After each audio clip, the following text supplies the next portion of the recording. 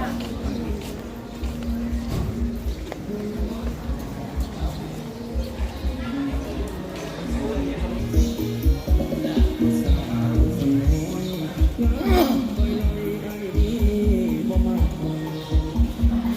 มีการทำพิธีทางด้านศาสนาและก็จะมีการมอบของขวัญรางวัลให้พนักงานดีเด่นประจำปี2025ขอให้เซนเตอร์ตัสสะ